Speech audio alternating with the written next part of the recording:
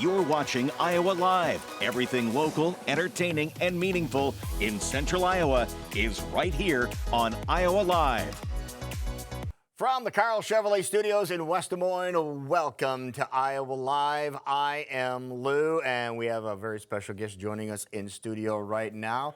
It is Michael Swanger from the Iowa History Journal. Thank you so much for coming in, sir. Always a pleasure, Lou. Good to see you this morning. Thank you so much. And listen, before we dive in to talk about the new issue, I just want to say on behalf of my family, Iowa History Journal, our loyal readers who I know are loyal viewers of the show, that we express our heartfelt condolences regarding Kathy. And what a beautiful celebration of life it was on Saturday, and quite a testament to how beloved and liked she was. And for the turnout, the hundreds of people there, it was just a touching celebration. And so I just wanted to say that to you at the top before we get started. So she was an amazing woman. Absolutely. I believe it, and you've been in our hearts, and we've been thinking about you. Well, so we thank you very, very much, and we thank everybody that reached out over the past couple of weeks. We really, honestly, from the bottom of our heart, we appreciate that, and we also appreciate what Michael Swanger does when he honors the state of Iowa, as we honored Kathy on Saturday, because you honoring the state of Iowa with some really interesting things these next couple of months that are in the magazine. that's right. We're kicking off our 18th year. Wow. I know. With our January-February issue, our cover story is about Lincoln and Hoover. It's written by Timothy Walsh. It's the first part of a two-part series that he's writing for us, Lou. Okay. And it's about Lincoln's influence on Hoover. And people might not know about that connection, but Timothy spent a lot of time diving through the archives at the Herbert Hoover Presidential Library and Museum in West Branch, where Hoover was born. And there are many papers and notes and things about his adulation for Lincoln.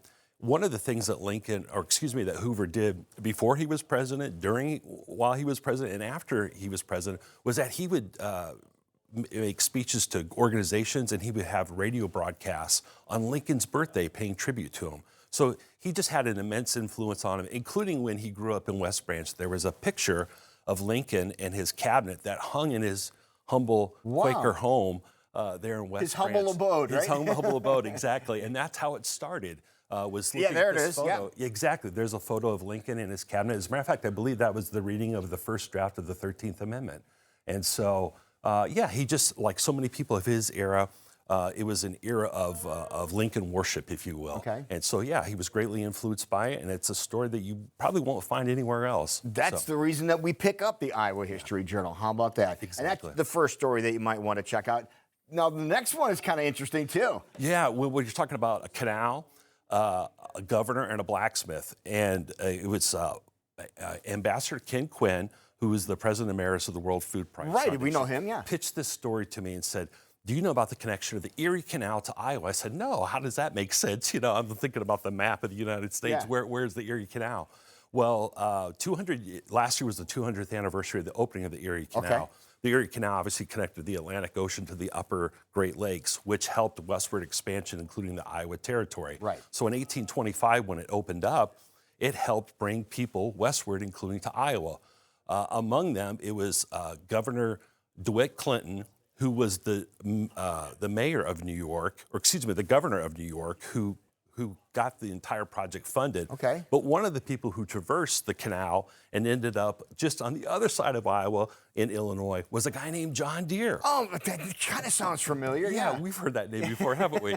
And of course, if it wasn't for John Deere and what he invented to obviously implement all the agricultural tools that we take for granted today, Iowa might not be the territory, the state that it is. So all three of those people played a key role in the development of Iowa, but again, it's not a connection that's often made to our state. How about the connection of all those people and places? Very, very cool. And then the third thing we want to mention. Well, we're talking about Elizabeth Catlett, who is an artist, an educator, an activist. She is she studied at the University of Iowa in the late 30s. Okay. She went to study there because a guy named Grant Wood was teaching. Heard of that guy, too. Heard of that guy, too. Yeah, and she wanted to learn under him. So she studied under him. He encouraged her to paint, draw, sculpt what she knew. She became the first black woman to receive a Master of Fine Arts degree from the University of Iowa. And of course, she went on to become a famous artist. She split her time living in the US and in Mexico, but just an influential artist. And then in a full circle moment, because at that time, Unfortunately, black students were not allowed to live in the dormitories when she couldn't was even at live Iowa. in the dorm. She couldn't.